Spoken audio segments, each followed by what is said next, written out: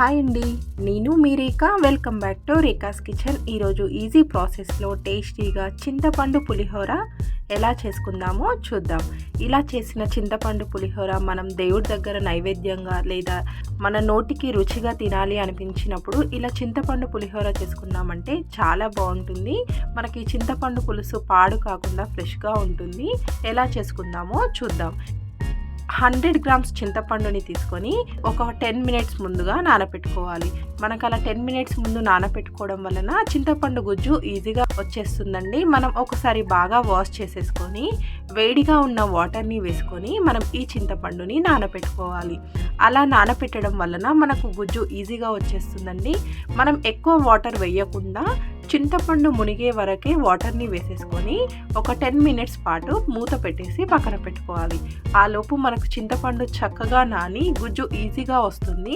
ఇలా ఒక 10 మినిట్స్ తర్వాత మనం ఏ బౌల్లో అయితే మరిగించుకోవాలనుకుంటున్నామో ఆ బౌల్ని తీసుకోవాలి. కొంచెం అడుగు మందంగా ఉన్న బౌల్ని తీసుకుంటే మనకు పులుసు ఈజీగా మరుగుతుంది, అడుగు మాడిపోకుండా ఉంటుంది. మనం చింతపండుని లూజ్గా కాకుండా కొంచెం తిక్కుగా ఉండేలాగా పులుసుని తీసుకోవాలి. ఇలా మనం చింతపండుని జల్లించుకున్నామంటే చింతపండులో ఉన్న నార కానీ లేదా పొట్టు కానీ మనకు పులుసులోకి రాకుండా తినేటప్పుడు తగలకుండా టేస్టీగా చాలా బాగుంటుంది. కొన్ని వాటర్ని వేసుకుంటూ ఈ విధంగా తిక్కుగా ఉండేలాగా పులుసుని తీసుకోవాలి. ఇలా తిక్కుగా ఉండేలాగా పులుసుని తీసుకుంటే పులుసు త్వరగా రెడీ అవుతుంది, అలాగే టేస్ట్ కూడా చాలా బాగుంటుంది. ఇలా చింతపండు గుజ్జులో కొన్ని వాటర్ని వేసుకుంటూ మనం గుజ్జు మొత్తం వచ్చే వరకు తీసేసుకోవాలి. ఇలా తీసుకున్న పులుసుని మనం ఇప్పుడు ఈ పులుసులోకి కొన్ని మసాలాలు వేసుకొని స్టవ్ పైన పెట్టేసుకొని మరిగించుకోవాలి. ఇలా తిక్కుగా ఉండేలాగా చేసుకుంటే టేస్ట్ చాలా బాగుంటుంది. అలాగే మనం జల్లించుకున్నాం కదా, పులుసులో ఎలాంటి నార కానీ పొట్టు కానీ లేకుండా ఉంటుంది.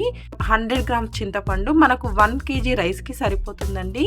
1 కేజీ రైస్కి 3 స్పూన్స్ సాల్ట్, అలాగే 1/2 టేబుల్ స్పూన్ పసుపు, అలాగే జీలకర్ర మెంతుల పౌడర్ని కూడా 1 స్పూన్ని వేసుకుంటే మనకు పులిహోర టేస్ట్ చాలా బాగుంటుంది.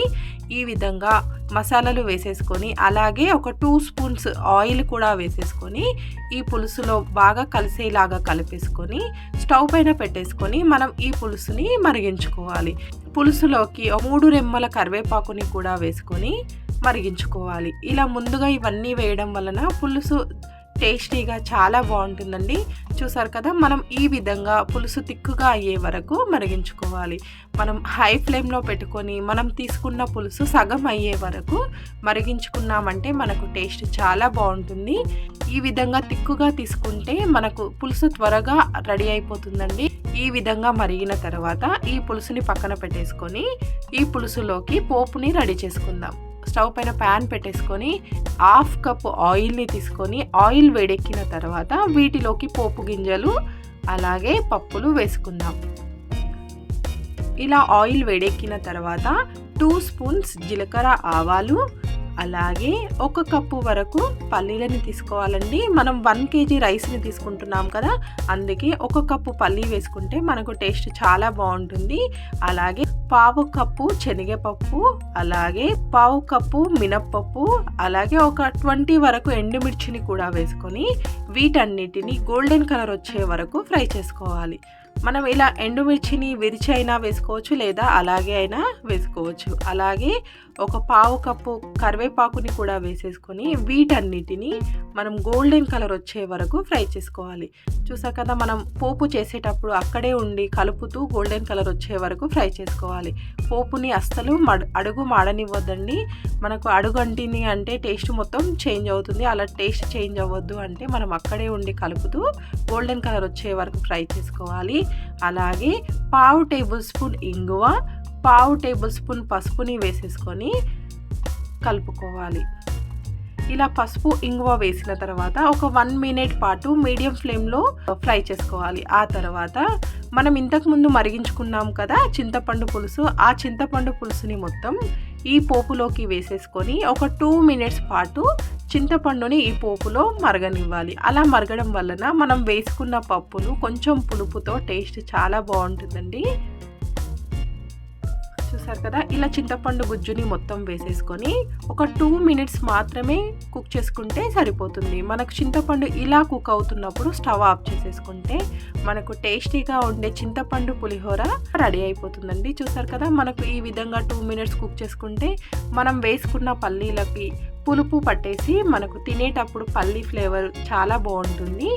ఇలా రెడీ అయిన పులుసుని పక్కన పెట్టేసుకొని ఇప్పుడు మనము రైస్ని తీసుకోవాలి. 1 గ్లాస్ రైస్ని తీసుకొని మనం ఇలా రైస్ని ముందుగా చల్లార్చుకోవాలి. వేడిగా ఉన్నప్పుడు కలిపామంటే మనకు రైస్ విరిగిపోతుందండి. అందుకే రైస్ని ముందుగా చల్లార్చుకొని ఆ తర్వాత మనం చేసుకున్న పులుసుని ఒకసారి బాగా కలిపేసుకొని మనకు కావలసినంత వేసుకొని కలుపుకోవాలి. నేను 1 గ్లాస్ రైస్కి మాత్రమే కలుపుతున్నానండి. మనం 1 గ్లాస్ రైస్కి ఎంత కావాలనో అంత వేసుకొని బాగా కలుపుకోవాలి. చూసారు కదా, నాకు ఇంకా ఇంత పులుసు మిగిలిపోయిందండి. మనం తీసుకున్న 100 గ్రామ్స్ చింతపండు పులుసు మనకు 1 కేజీ రైస్కి కరెక్ట్గా సరిపోతుంది. ఇలా రైస్లో వేసేసుకొని బాగా కలిపేసుకుంటే మనకు టేస్టీగా ఉండే చింతపండు పులిహోర రెడీ అయిపోతుందండి. ఇలా రెడీ అయిన పులిహోరని నోటికి రుచిగా తినాలి అనిపించినప్పుడు ఇలా చింతపండు పులిహోర చేసుకుంటే చాలా బాగుంటుంది. ఇలా చేసిన చింతపండు పులిహోర మనకు పాడు కాకుండా ఫ్రెష్గా ఉంటుందండి. అలాగే మనకు మార్నింగ్ టైంలో బాక్స్ చేయడానికి టైం లేనప్పుడు కూడా ఇలా చింతపండు పులుసుని చేసి పెట్టుకొని ఈజీగా కలిపేసుకోవచ్చు.